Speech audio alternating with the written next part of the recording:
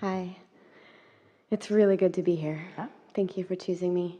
And I am so ready for something different, to feel good. And I know it's my beliefs that are holding me back. That's just the most confounding thing, isn't it?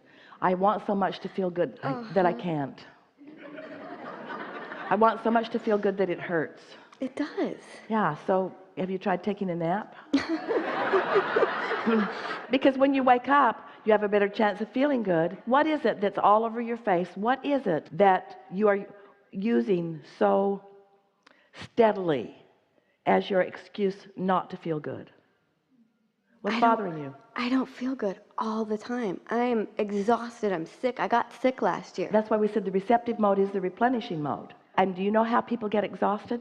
They get exhausted because they're in the receptive mode that isn't the source energy receptive mode. They're in the receptive mode, and so they're trying to help these people, they're trying to help these people, they're trying to solve these problems, and after a while they just get depleted because they are not replenishing, they're just receiving inspiration to act. It's like our friend trying to help her niece out. It's those kinds of things. So do you ever go to the replenishing well? Do you meditate? I try. But I feel like then I just have all this, like with... But listen to the way you're arguing for your limitations.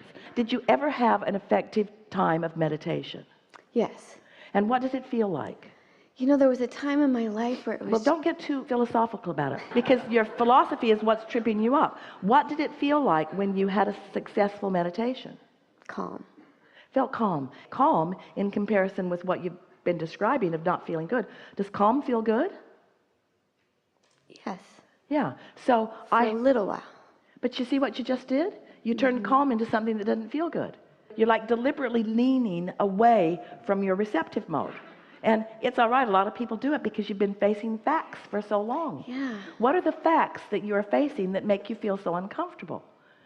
Who do you listen to on the radio? I actually don't think I'm going to get well. So you don't yet believe in the replenishing mode. Yeah. Well, do you feel better sometimes than others? Mm-hmm. And can you get the better going? When you get the better going, does it last at all? When you find that feeling of calm, can you perpetuate it in any way? Yes. It feels out of my control.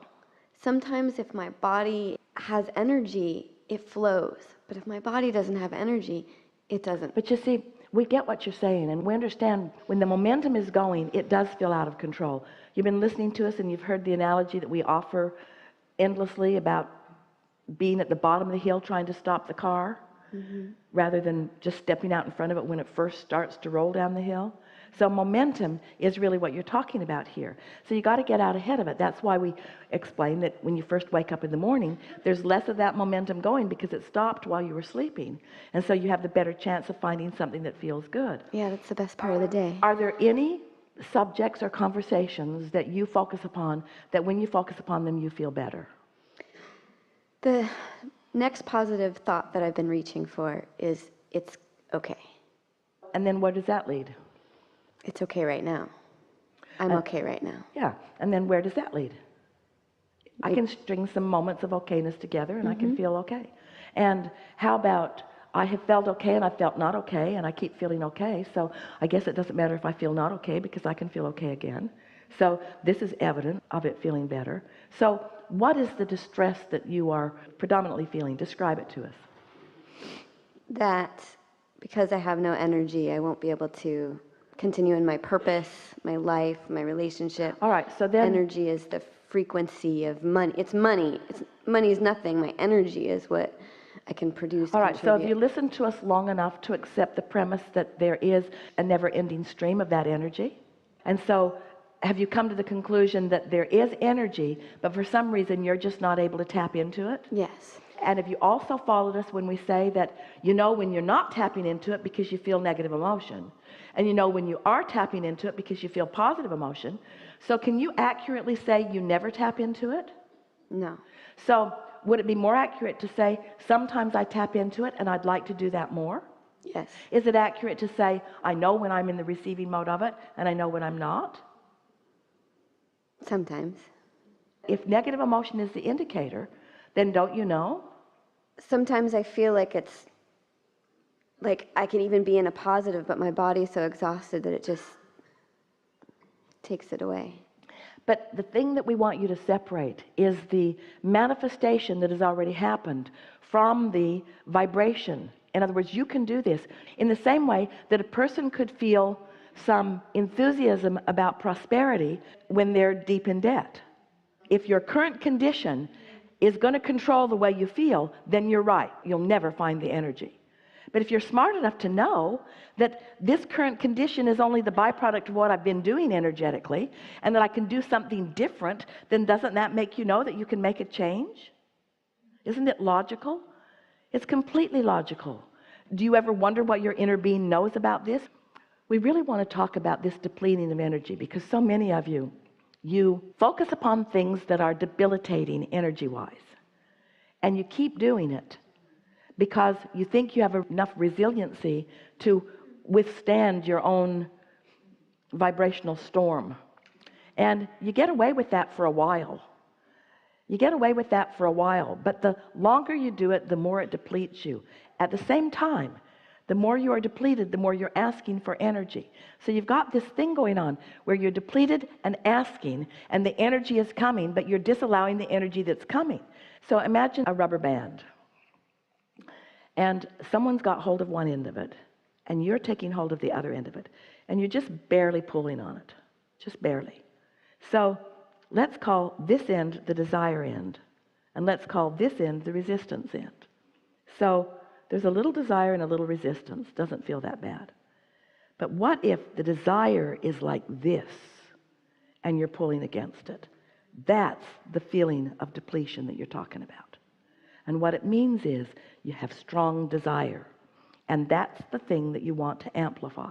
I wouldn't be this depleted if I didn't have strong desire. If there wasn't a strong countering energy that my inner being is flowing to me that I am denying, I wouldn't feel depleted.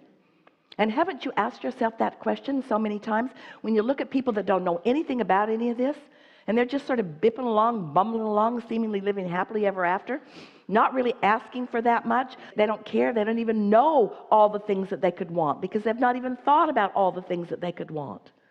Sometimes I'm jealous of that. Well, here's the deal. There's no such thing as regression. You can never be less than your life has caused you to be. So you have one and only choice, and that is to receive the energy that you've been asking for. What you just said to us, I wish my life hadn't caused me to ask for so much, because somehow I can't get into the receptive mode of what I've asked for. So therefore I wish that I hadn't asked.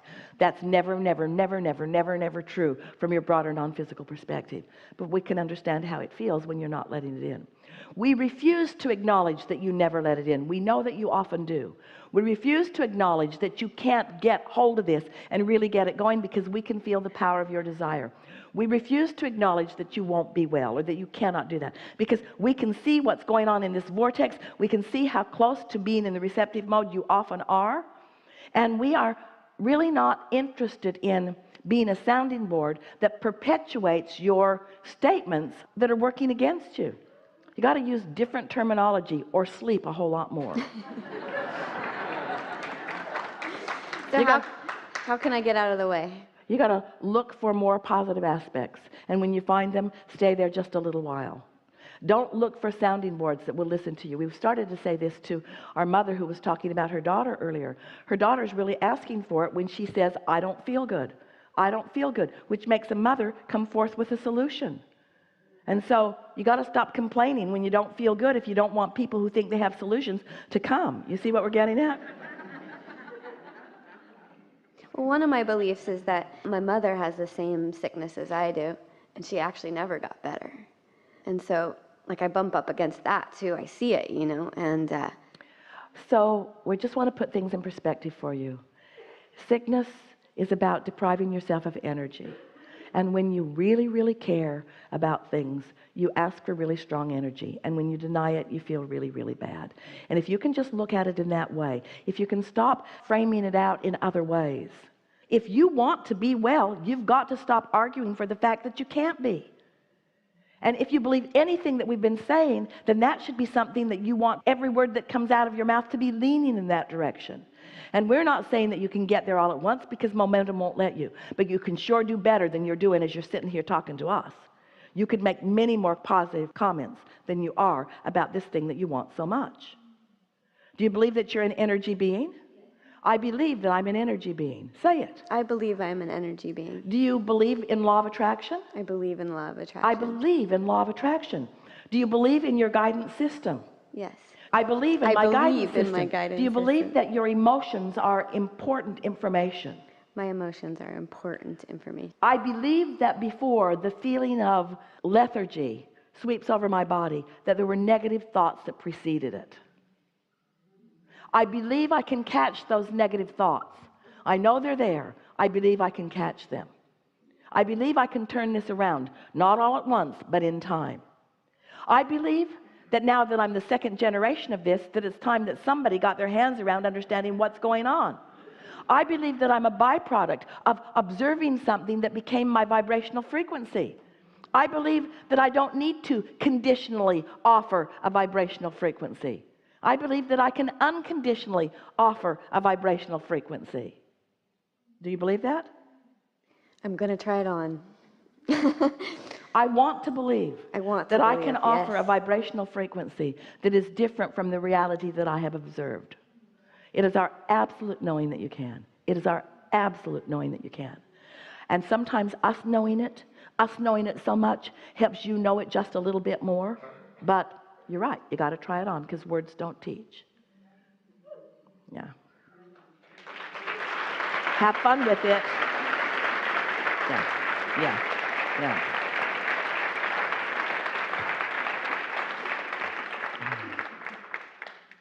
We'd like you to run just a little. Just run just a little. A little more.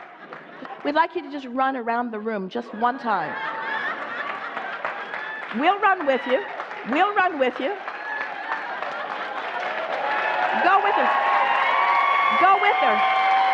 Go with her. Go with her. Go with her. Go with her. Go with her. Go with her. Go with her. Go with her. Go with her.